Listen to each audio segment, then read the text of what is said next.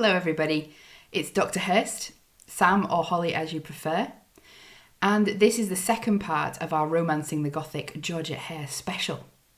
In the first part, which I've put a link to in the description below, you can see me discuss some of the reasons why I've picked Georgette in this particular short story and why I'm discussing it as a useful intersection of the Gothic and the Romance in the 20th century. We then read the first part of the story. The heroes and heroines all met each other, the stage was set. And today what we're going to do is read the second part and then have a discussion at the end of some of the Gothic tropes and overarching themes or ideas, which I think make this Georgette story quite a good demonstration of how she particularly and how Gothic romance or romance that uses the Gothic more generally incorporates Gothic elements. Even though this story is quite different in tone than much of her other work, I think it uses quite similar techniques. So, without further ado, let's get into the second part of the story. Hold your horses, it's going to get dramatic. Waggleswick did not return to the coffee room, and as no other visitors other than the local inhabitants who crowded into the tap room across the passage came to the Pelican, Miss Gateshead and Mr. Cranbrook were left to sit on either side of the fire, chatting cosily together. Miss Gateshead was most interested to hear about Portugal, and as John, like so many young travellers, had filled a fat sketchbook with his impressions of an unknown countryside, it was not long before she had persuaded him to fetch down from his room this treasure. The landlord was busy in the tap, and Mrs. Fitton was nowhere to be seen, so John went upstairs unescorted, trusting to the landlady's directions. Another of the hanging oil lamps lit the staircase, and rather feebly cast a certain amount of light a little way along the passage above. But beyond its radius, all was in darkness. For a moment John hesitated, half inclined to go back for a candle. But as his eyes grew more accustomed to the murk, he thought that he could probably grope his way along the corridor to the room at the end of it. He did this, not entirely without mishap, since he tripped down one irrelevant step in the passage and up two others, slightly ricking his ankle in the process, and uttering an exasperated oath. However, he reached the end of the passage and found that there was a door confronting him. He opened it and peeped in, and saw, by the light of a fire burning in the high-barred grate, his two valises, standing in the centre of the room. As he knelt before them, tugging at the strap round the larger of them, he glanced cursorily round the apartment. It was a respectable size, and boasted a very large bed, hung with ancient curtains, and bearing upon it a quilt so thick as to present more the appearance of a feather mattress than of a coverlet.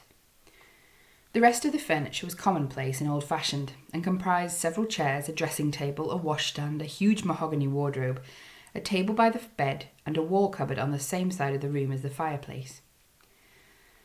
A pair of dingy blinds imperfectly concealed the warped shutters bolted across the window. Some attempt to embellish the room had been made, for a singularly hideous china group stood in the middle of the mantelpiece, and a religious engraving hung above it. Mr. Cranbrook hoped that Miss Gateshead's room might be less gloomy. For himself, he cared little for his surroundings, but he could imagine that a lady might find such an apartment comfortless and even rather daunting. The sketchbook was easily found, and he went off with it, shutting the door of the room behind him. He remembered the treacherous steps in the corridor, and went more carefully, putting out a hand to feel his way by touching the wall. It encountered not the wall, but something warm and fuzzy. Furry. He snatched it back, his eyes straining in the darkness, his heart suddenly hammering. Whatever he had touched was living and silent and quite motionless. "Who's that?" he said quickly, an absurd, nameless dread knocking in his chest. There was a slight pause, as though of hesitation, and then a voice said in a grumbling tone, "Why can't you take care where you're a-going, young master?" Mr. Cranbrook recognised the voice, which he had heard speaking to the landlord, and knew that what he had touched was a moleskin waistcoat. "What are you doing here?" he demanded, relieved yet suspicious. "What's that to you?" retorted Waggleswick. "I suppose a cove can go to his room without asking your leave." "I didn't mean... But why were you spying on me?" Spying on you? That's a loud one. What would I want to do that for? Said Waggleswick scornfully. John could think of no reason, and was silent. He heard a movement and guessed that Waggleswick was walking away from him. A moment later a door opened further down the passage, and the glow of firelight within the room silhouetted Waggleswick's figure for a brief instant before he went in and shut the door behind him. John hesitated, on the brink of retracing his steps to lock his own door. Then he recollected that he carried his money on his person and had packed nothing of value in his valises, and he shrugged and proceeded on his way. Miss Gateshead was seated where he had left her. She greeted him with a smile that held some relief, and confided to him that she hated foggy nights. "There's not much fog in the house," he replied reassuringly. "No, but it muffles all the noises and makes one think the world outside dead," she said. She perceived that he did not quite appreciate this, and coloured.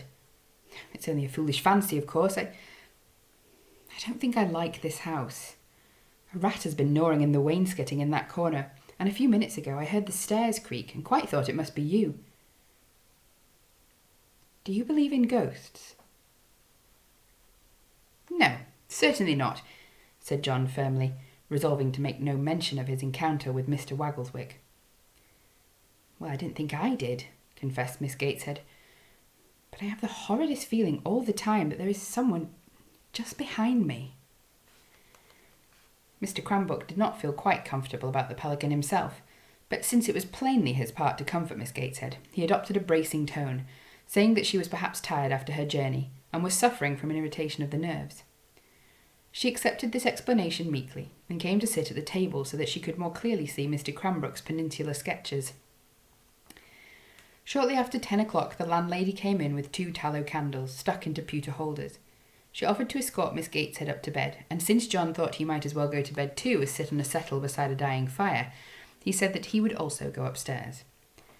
He and Miss Gateshead had reached an excellent understanding by this time, and although nothing so blunt had passed between them as a declaration on Mr. Cranbrook's part that he meant to follow up this chance acquaintanceship with a view to extending it rather considerably, his intention was as patent as it was unavowed. Nor did Miss Gateshead make any attempt to discourage him in his resolve. She was even much inclined to think that there was a good deal to be said for his vehemently expressed opinion that the life of a governess would not at all suit her. They took up their candles and followed Mrs. Fitton upstairs. The noise had died down in the tap. Mrs. Fitton said that they kept early hours in these parts, besides that folks were anxious to get home before the fog came down really thick. The light of the candle she carried threw wavering, grotesque shadows on the walls, and disclosed upstairs 2 other passages, leading off at right angles from the one which ran the length of the house. "You know your way, sir," said Mrs. Fitton, nodding a chaperone's dismissal to John. "Come along, miss." John knew an impulse to accompany Miss Gateshead at least to her door. He thought she was looking scared, and guessed that this was probably the first time she had ever been alone in a strange inn. However, Mrs. Fitton seemed a motherly woman, who might be trusted to look after a young lady, so he said good night and contented himself with lingering at the head of the stairs until he had seen which door it was that led into Miss Gateshead's room. It lay at the far end of the house to his, with Waggleswick's between them. An arrangement that John did not much like, though what evil intentions a middle-aged man of business putting up at an unfrequented inn could harbour in his breast, he was unable to imagine. He went on to his own room, leaving the door ajar behind him. His valises were just as he had left them, and until he heard the landlady go down the stairs, he occupied himself in unpacking such articles as he would require for the night. When Mrs. Fitton's footsteps had died away, he picked up his candle and went softly along the passage and scratched on Miss Gateshead's door. "Who is it?" Her voice sounded frightened, and he said reassuringly, "Only me, Cranbrook. I wanted to be sure you were quite comfortable. I won't come in." Apparently Miss Gateshead had no dread of this new acquaintance at least. There was a step within the room, the door was opened, and she stood on the threshold whispering, "I'm so glad you've come. I have discovered that there is no key in this lock, and I know I shan't sleep a wink. Did you see that dreadful creature as we came up the stairs?" "Waggleswick?" he said sharply, looking down the passage. "No. Where was he?" "In the corridor that leads to the back stairs. I caught a glimpse of him, but He stepped out of sight on the instant. I told you he was spying on us. It's impossible. Why should he? Mr. Cranbrook said in a lowered tone. Shall I go down and ask Mrs. Fitton for a key to your door? I'm persuaded it would not be the least avail. I dare say it has been lost for years, for this is the most ramshackle, neglected place I ever was in. The dust under my bed. Oh, I do wish Mrs. Stockton would have fetched me tonight. So do I. At least...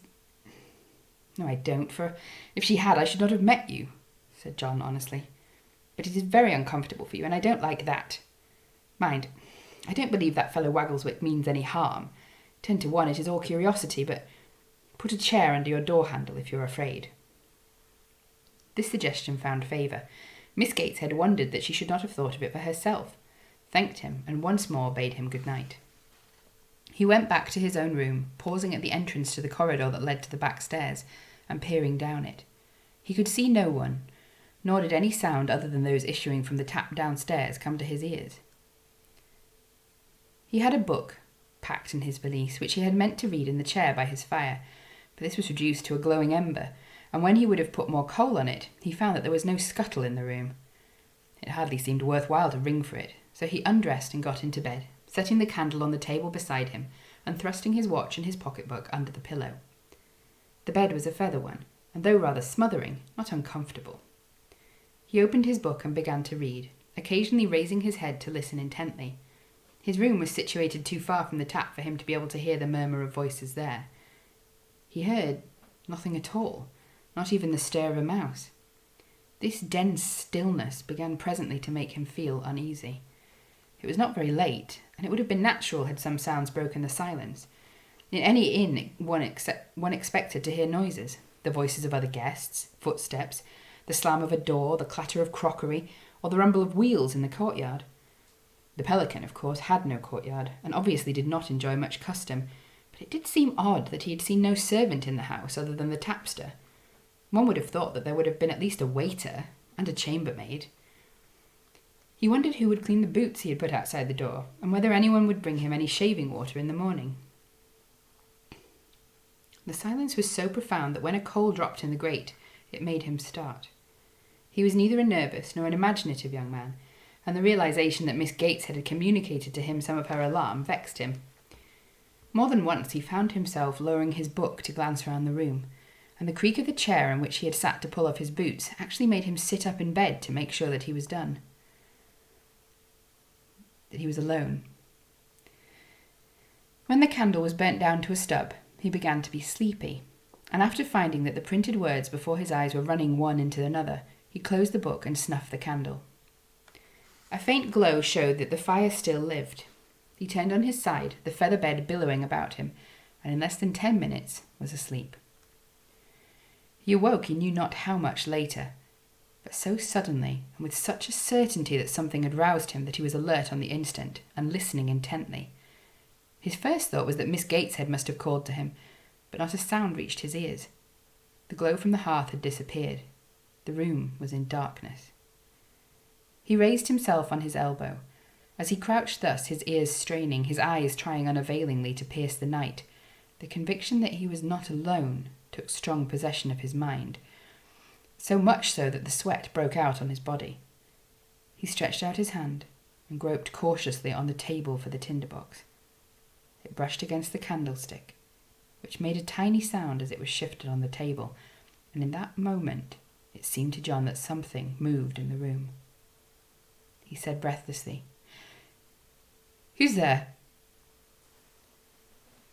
As he spoke, his fingers closed over the tinderbox. He sat up with a jerk, felt the bed move as something cannoned into it, and even as he flung up his hands to grapple his unknown visitant, was thrust roughly down again on his pillows, a hand clamped over his mouth, and another gripping his throat in a strangling hold. He struggled madly, trying to wrench away the clutch on his windpipe. His hands brushed against something warm and furry.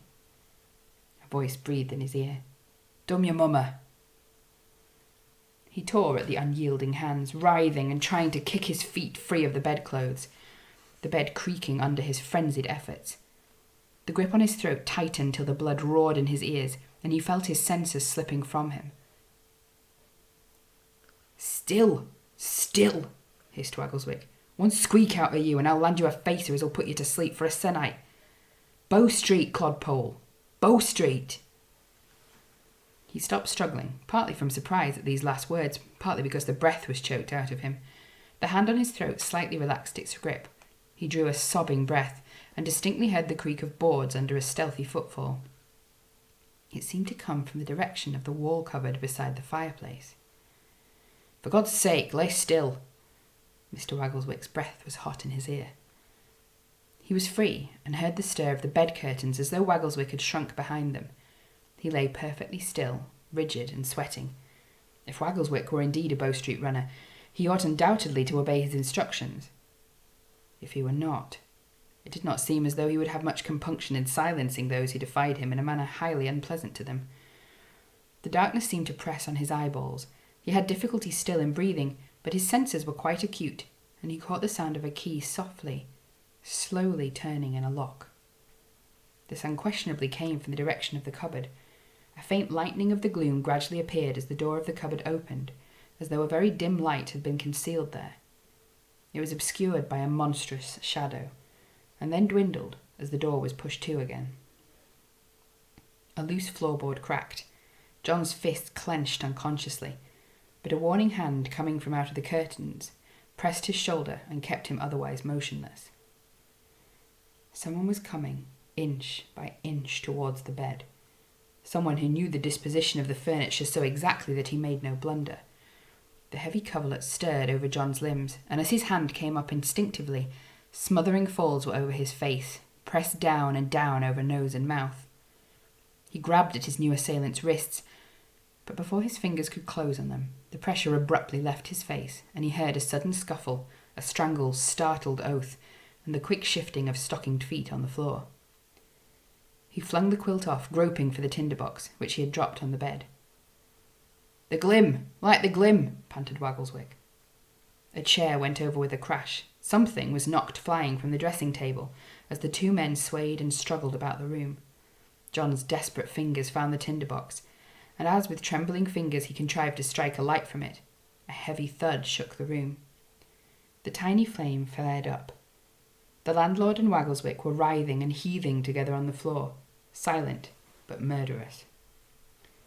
John lit the candle and tumbled out of bed, hurrying to Waggleswick's aid. The treatment he had suffered during the last few minutes had considerably shaken him, and he felt rather dizzy. Nor did a wild kick from one of Fitton's plunging legs do anything to improve his condition. The landlord was immensely strong, and for several minutes he made it impossible for the two other men to overpower him. He and Waggleswick rolled on the floor, locked together. But at last John managed to grab one of his arms as he was attempting to gouge out Waggleswick's eye, and to twist it with all his might. Waggleswick, who happened at that moment to be uppermost, was thus enabled to drive home a shattering blow to the jaw. This half-stunned the landlord, and before he could recover, Waggleswick had vigorously banged his head on the floor. This deprived him of his wits for several minutes, and by the time he was at all able to continue the struggle, a pair of handcuffs had been locked round his wrists. "Bide and watch him," commanded Waggleswick, out of breath, much abraded but still surprisingly active. "Take my barker and don't stand no gammon."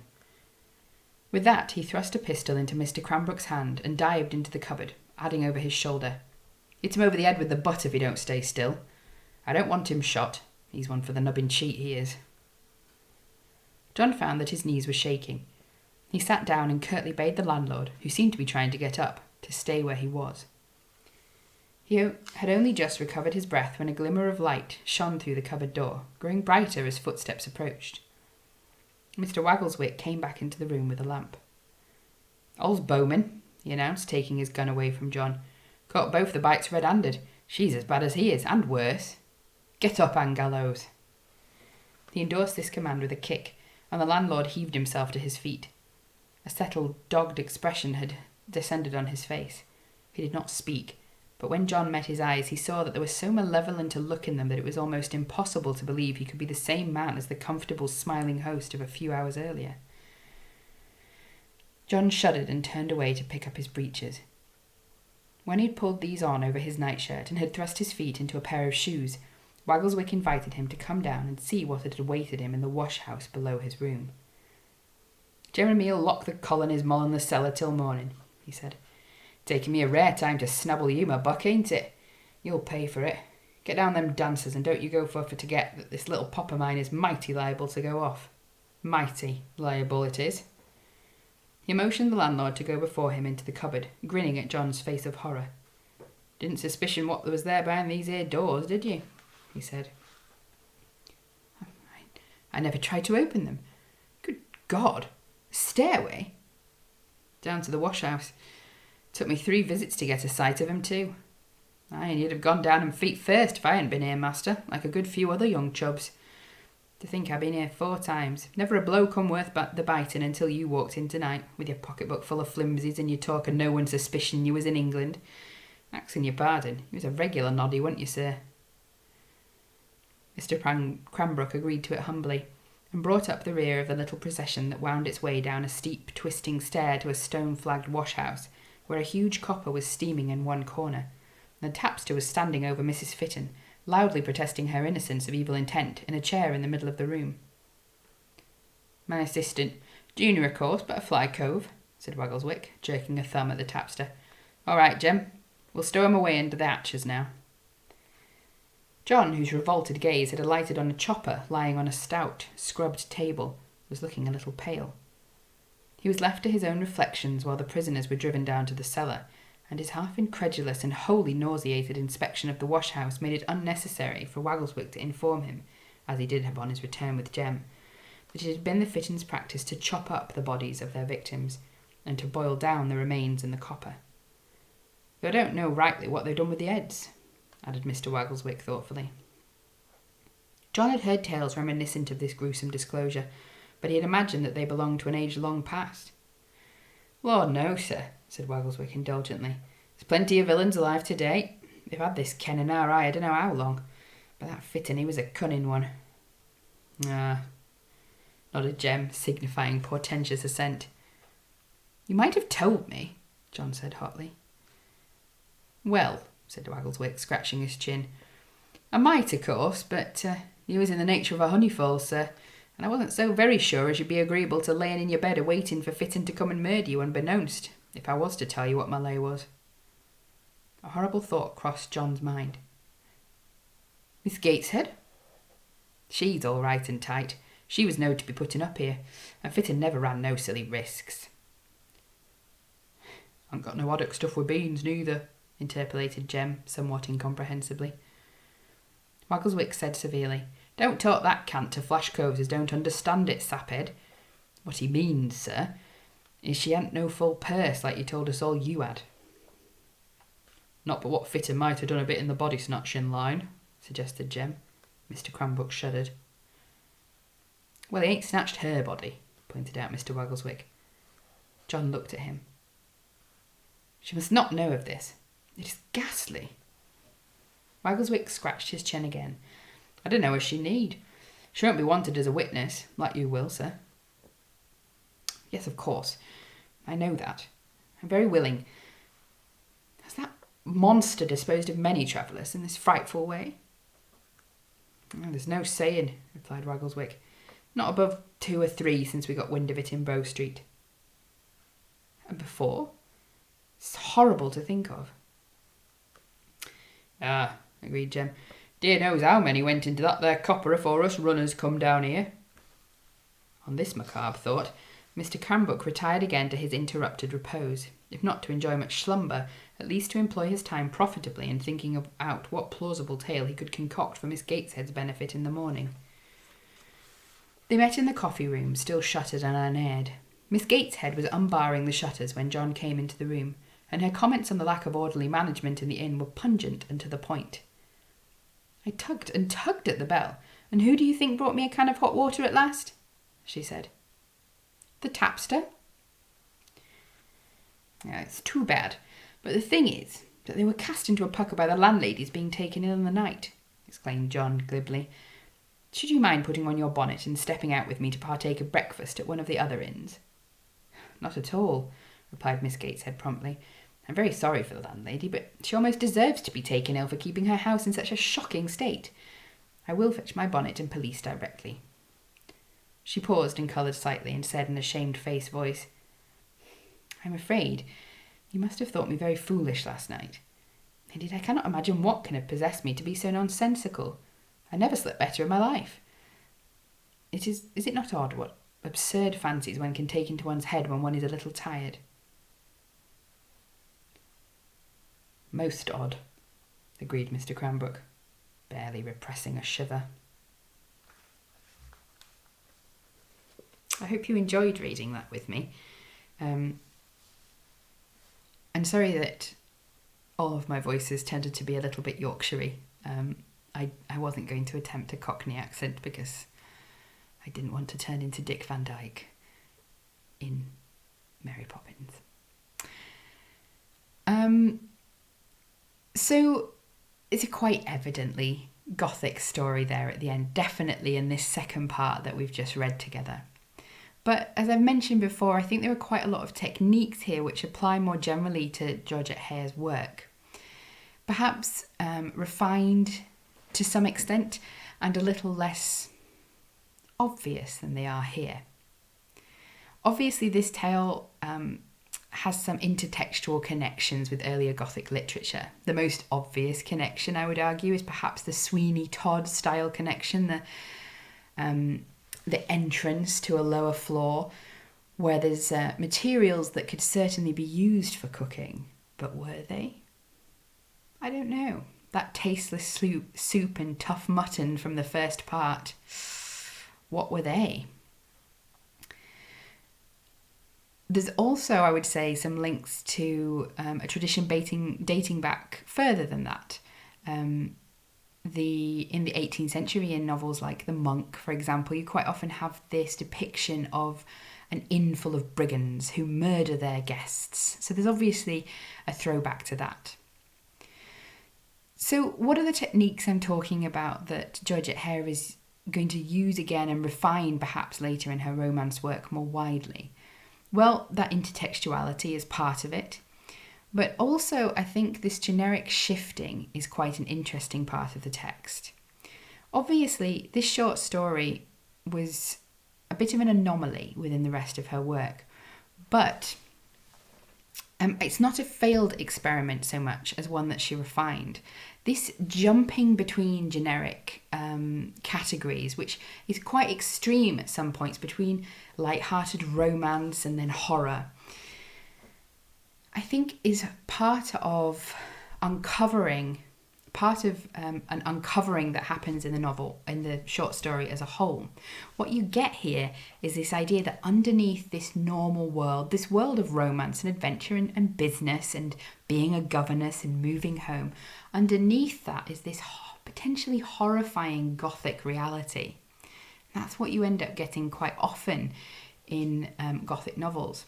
There's a sense that here there's quite an Austen-esque aspect to this kind of unveiling of a hidden Gothic world that you get in Northanger Abbey, for example, where we find that all of Catherine's suppositions have been foolish. There's been no murders, there's been no kidnappings, but she's not wrong. The things that she saw, the problems with General Tilney, for example, they're all very real. And it's not a question of her misinterpreting so much as understanding it to be part of an old Gothic world rather than what this new Gothic world looks like, where technology and the routine business of every day doesn't actually save you from horrifying underlying realities like spousal abuse or patriarchal oppression in this case. In the case of General Tilney, it's a very literal sort of patriarchy and patriarchal oppression that's going on there. He's the paterfamilias of his family, rules them with an iron rod. And what you get in this story is certainly an echo of that idea of this hidden world. John at one point says, this couldn't happen in this century. Again, a bit of a throwback to Northanger Abbey and Henry's famous reply to Catherine, saying, what have you been thinking? This is the 19th century. Things couldn't happen like that here. But of course, they do. I think what's really interesting about this story is it leaves us a little bit unsettled because they've been captured. It's all been closed. But we have this sense at the end that our heroine, Mary, has been left uninformed. So she continues to exist in this happy, normal world, unaware of the Gothic world underlying, but not quite safe from it. And there's also quite a lot here, I think, of melding of the Gothic world and the real, so that there's a bit of there's slippage between the two. And particularly in this case of who's the hero, who's the villain. Obviously, Waggleswick's put in front of us as a blind. We're focusing on him. We're trying to work out what he's there for. But it's also worth remembering that Waggleswick is the only person who almost kills John. So this slippage between murderer and seeker of justice is going on. And there's also this sort of lightly put in horrifying revelation at the end that since Bow Street knew this was happening, another 2 or 3 people have already died and nobody's done anything about it. So those are some of the Gothic elements in this story, and you see them in less extreme forms in Georgette Hare's work more generally. And I think there are also patterns of representation that you'll find in other forms of romance which use the Gothic. So look out for them. Anyway, this has been a very long video. Thank you for staying with me. I hope you enjoyed this story, and good night.